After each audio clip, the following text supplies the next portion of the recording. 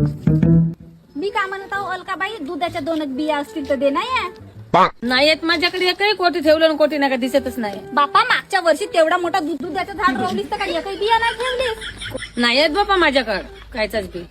तेवढ्यानं झाड लावतेस, बगीचा लावतेस तर का 2 बिया नाही काढून ठेवास का? बाजारातून घेण्यापेक्षा का झाला 2 बिया दिलीस तर राहतोय नको कुठल्या देऊ मी.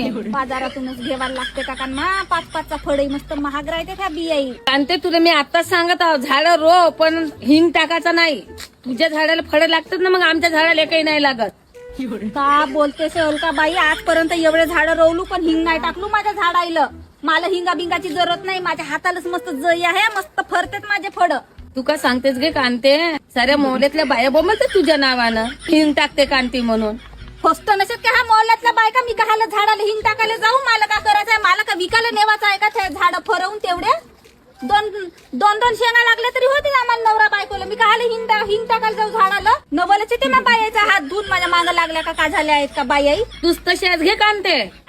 अलका बाई, आता एवढ्याही सप्पा गोष्टी तुझ्या जवळ सांगतो मी. हिंग टाकलो असतो झाडाला तर तुला सांगलो नसतो का तू हिंग टाक म्हणून मी टाकत आहोत? काहाला झाडामध्ये हिंग टाकू मी, लोकांचं नुकसान करू? हिंग टाकल्यावर मलाही माहित आहे लोकांचे झाड नाही होत, आपलेच झाड होतेत म्हणून. नाही टाकू मी हिंग, असं पाप नाही करू मी.